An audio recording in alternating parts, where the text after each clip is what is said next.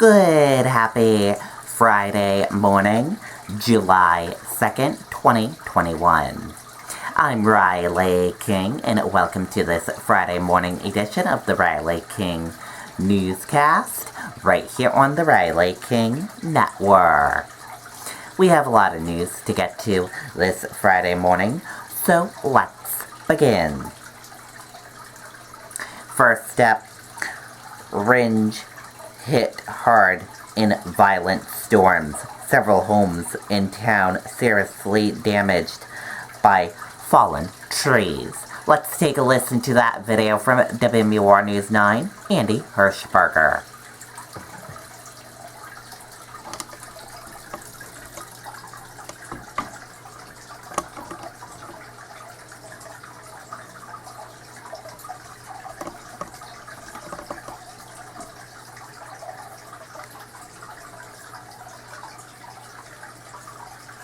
Whether you're planning a weekend in New Hampshire's majestic White Mountains, a hike up Monadnock, or a week-long stay in our picturesque seacoast, Road Trippin' wants you to know that New Hampshire has something to offer everyone. Funtown, Splashtown, USA. The great American family comes to play. US Route 1, Saco, Maine. Visit WMUR.com/roadtrip to learn what you can do during your New Hampshire summer staycation. Brought to you by Service Credit Union with 34 convenient locations as you travel the state this summer. The area hardest hit by the storm was here on Pine Eden Road. The fire chief says the storm came hard and fast and packed a punch. We got the first call for some trees and wires about somewhere around 20 past 4 it started, the wind started picking up.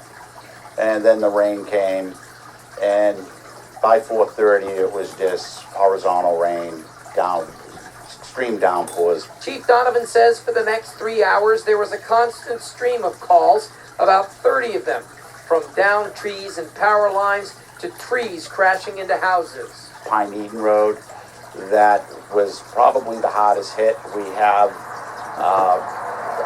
can't even count how many trees down. There was about 6 houses hit, 4 of them with real significant damage. In one of those homes, a family with 2 young children were able to escape unharmed. There were no reported injuries in town. Overall, officials say they were lucky. There was trees on buildings completely across houses, families and children in those houses, so very thankful that no one was hurt in Ringe. Chief Donovan says that he hopes to have all of the cleanup done by tonight and the power restored by either tonight or tomorrow morning. Putting live, I'm Andy Hirschberger, WMUR News 9. Okay, and there you go on that video and that report.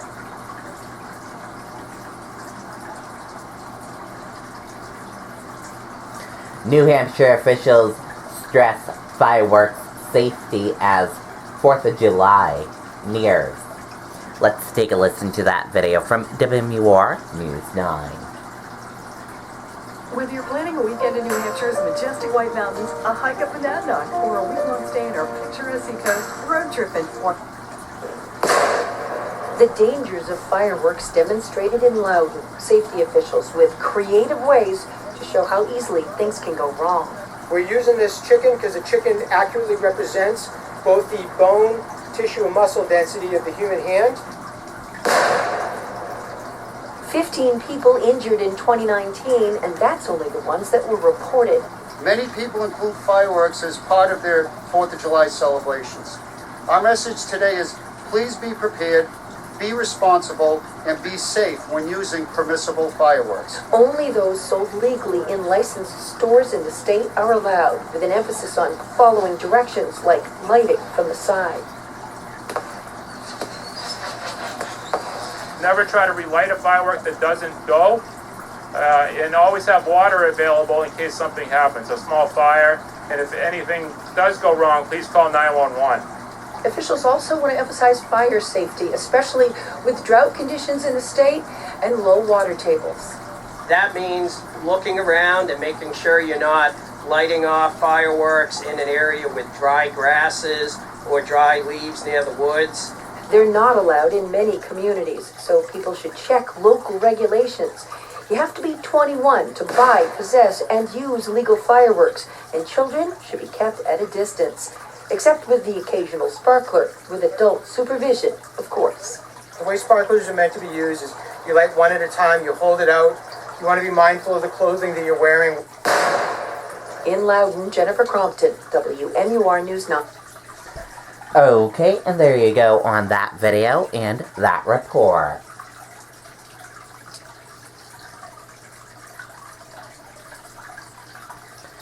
New Hampshire man arrested in mass after reversing SUV into a canine officer's cruiser. Let's take a listen to that video from WMUR News 9.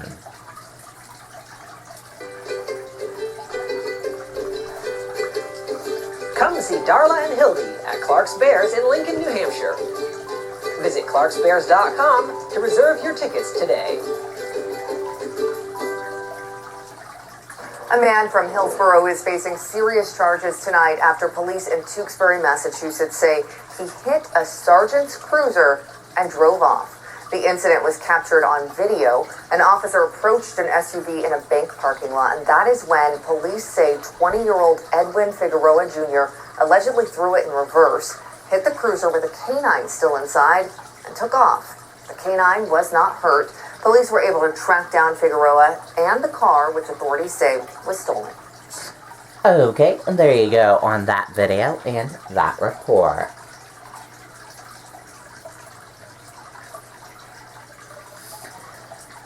First Lady Jill Biden expected to return to New Hampshire this weekend. Let's take a listen to that video from WMUR News 9. Whether you're planning a weekend in New Hampshire's majestic White Mountains, a hike up Monadnock, or a week-long stay in our picturesque... We do have breaking news tonight. Attorney General Merrick Garland is ordering the Justice Department to stop scheduling federal executions. Garland's predecessor, William Barr, resumed the department's use of capital punishments after a decades-long pause. The Trump administration carried out 13 executions in 6 months. President Biden opposes the death penalty and has pledged to abolish federal capital punishment as part of his criminal justice reform. But the directive is not expected to impact the case of Boston bomber Dzhokhar Tsarnaev. Also breaking tonight, we are learning new details about the First Lady's upcoming visit to New Hampshire. Dr. Jill Biden will land at Pease Saturday afternoon, where she will greet members of the New Hampshire National Guard before heading to a barbecue at a private home with Senators Shaheen and Hassan. The visit is part of the Biden administration's kickoff to a pandemic recovery program called America's Back Together. Okay, and there you go on that video and that report.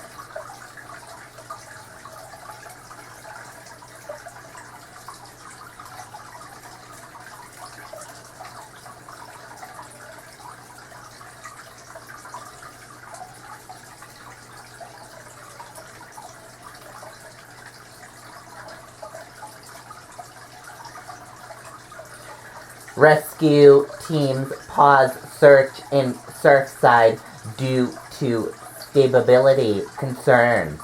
Let's take a listen to that video from ABC News.